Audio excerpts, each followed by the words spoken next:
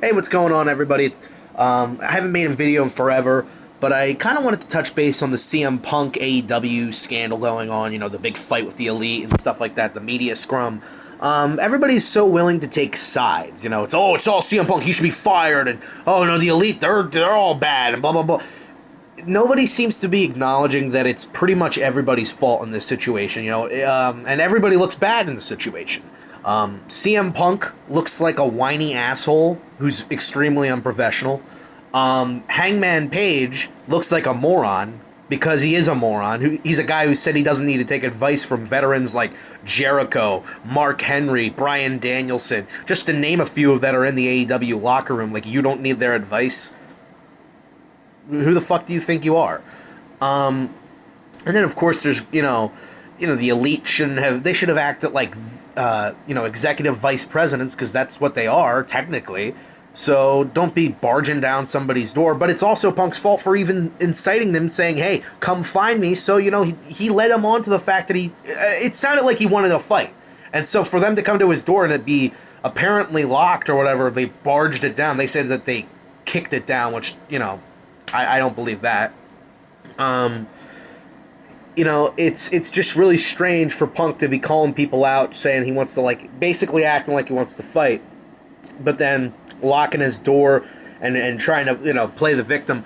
And then there's, Tony Khan. It's his fault for not taking control of the situation and stepping up as a leader. It was hilarious, his facial reactions, though. But, I mean, people really need to acknowledge a few things here. It's not just the Elite's fault. Punk shouldn't have started anything. He should have tried to deal with this more behind scenes. He shouldn't have aired out his dirty laundry in front of thousands. Although it did create buzz for the company, it also puts them in a bad light, especially since they didn't really do anything with the story.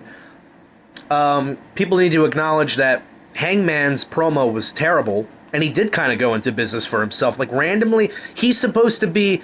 Punk is putting him over in the promo, and Hangman is just like, oh, workers' rights and blah, blah, blah, blah, blah. It's about those special little moments. Like, if you listen to that promo, you can see where he's coming from, and you can see that he had good ideas to expand on that promo, but in the end of the day, it was a badly delivered promo. He didn't touch on enough points and give them enough context to make it a memorable one. Except the only reason why it's memorable, in fact, is because Punk got pissed off about it and got butthurt about it. If he had just let it go, nobody would have cared, But he, bringing it up again, it's just like, it makes that promo seem better than it actually was. It was a fucking dog shit one.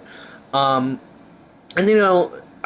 also you have to acknowledge the Elite's fault too for getting, even showing up there. I mean, they really should have They should have gotten Tony Khan, waited for him to get done with the press conference, and then arranged a meeting instead of going to Punk, and getting in a fight, and then his crazy fucking best friend, who basically did most of the fighting for Punk. I mean, it's just really embarrassing. And yeah, AEW, I think, made a mistake not capitalizing on it, but at the end of the day, I mean, maybe it will turn into a lawsuit, so maybe they can't. I don't know. I just think that this whole situation is really, really crazy, but it's weird that guys like Solomonster are being like, oh, you gotta step up and fire CM Punk. It's like, nobody should get fired besides Ace Steel. He's the only one I see getting fired. CM Punk is your top star. I hate CM Punk.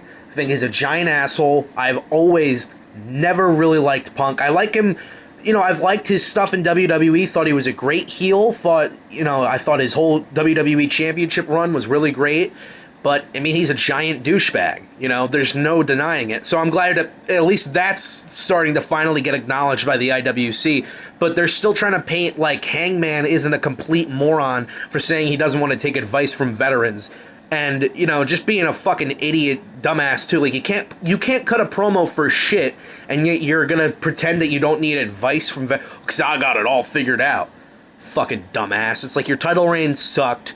You only have good matches that the fucking internet fans will remember. Nobody's gonna remember any of those Hangman Bryan Danielson matches. I don't. Yeah, they were good at the moment that you watched them, but they immediately I don't register anything anymore. I don't remember it because it didn't impact me emotionally because Hangman Adam Page never cut a promo in the build-up that I was interested in.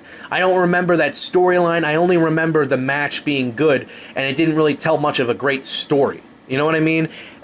It's a lot. Wrestling matches that are great, I feel like need to be, if they're going to get that 5-star category or whatever, it really needs to be built up well. You really need to be anticipated for these matches, and the promos should, before the match, should be excellent, or not excellent, but enough to get you hyped for the match. I've never been hyped after a Hangman Adam Page promo for a match. I'm just like, oh, I guess he's going to be in a match. Whatever. Oh, yeah, super kick, this. I know he doesn't do the super kick like the Young Bucks, but it's just all the same shit. You watch it, and you're just like, oh, yeah, it's cool moves, but I'm not going to remember it in fucking 2 months.